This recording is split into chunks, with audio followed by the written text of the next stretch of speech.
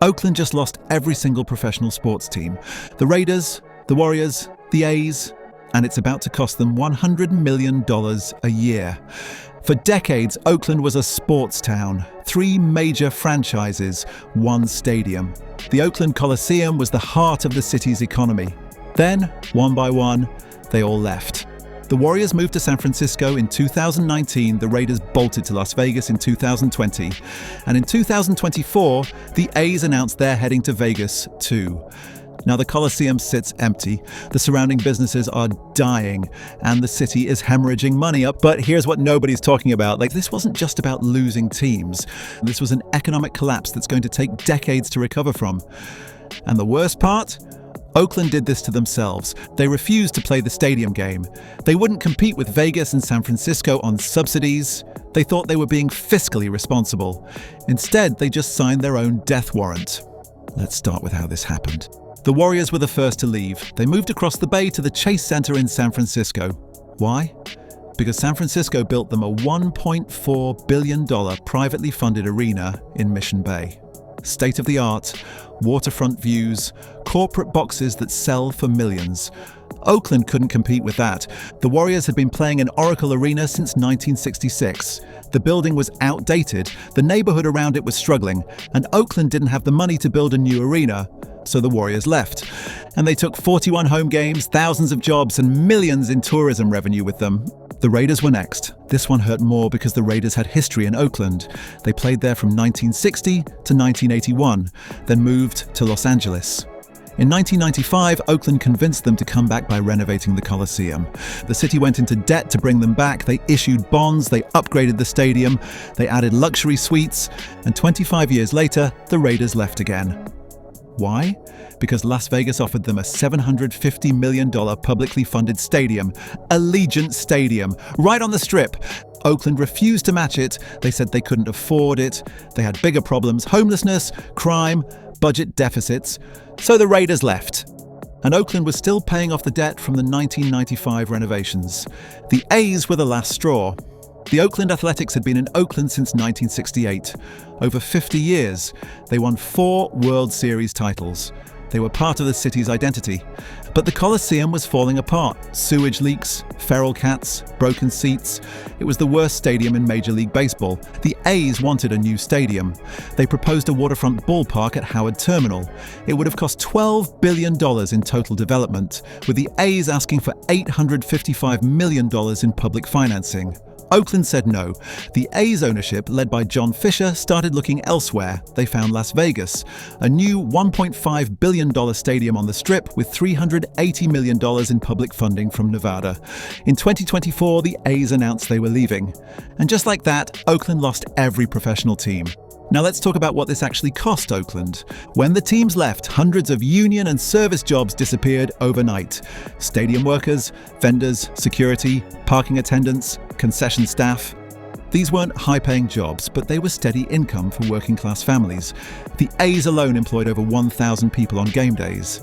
That's 81 home games a year. Those jobs are gone. The Raiders had 10 home games a year, but each game brought in massive crowds. Those jobs are gone too. Professional sports teams drive tourism. People travel from across Northern California, sometimes across the country, to watch games. They buy tickets, they stay in hotels, they eat at restaurants, they spend money. When the teams left, that spending disappeared. Conservative estimates put the loss at $8 to $12 million per year in direct and indirect tax revenue. But that's just the city's cut. The total economic impact on the region is much higher. The A's alone generated around $190 to $212 million in annual revenue. Most of that stayed in the local economy. Now it's going to Las Vegas. The businesses around the Coliseum are dying.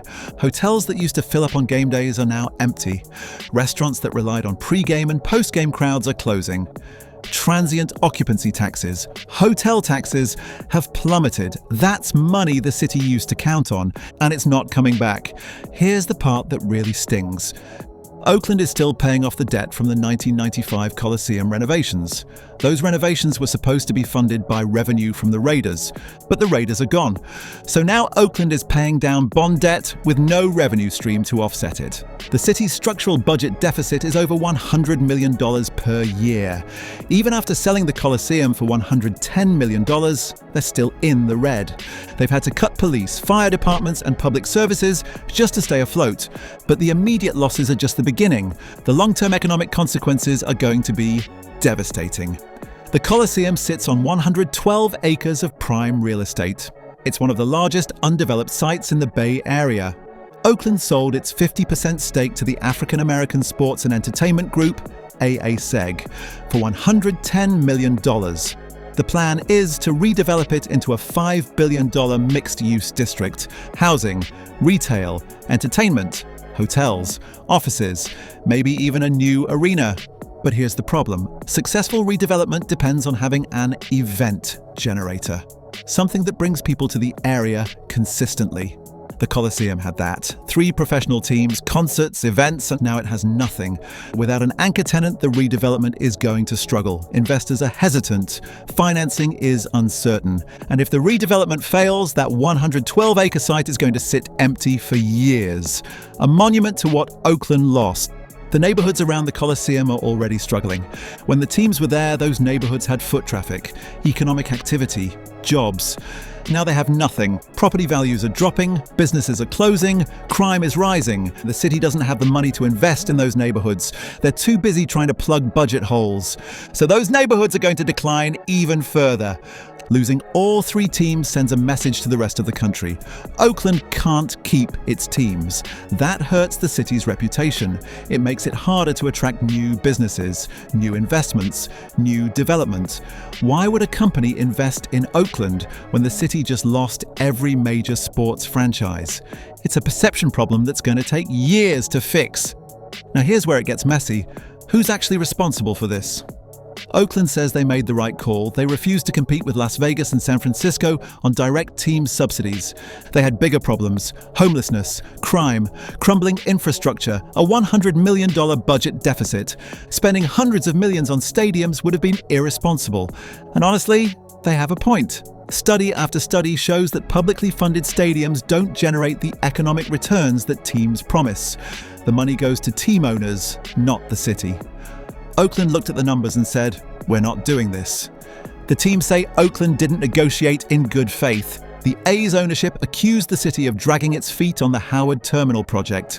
Endless environmental reviews, political infighting, bureaucratic delays. The Raiders said Oakland didn't make a serious offer to keep them. The Warriors said Oracle Arena was outdated and Oakland had no plan to replace it.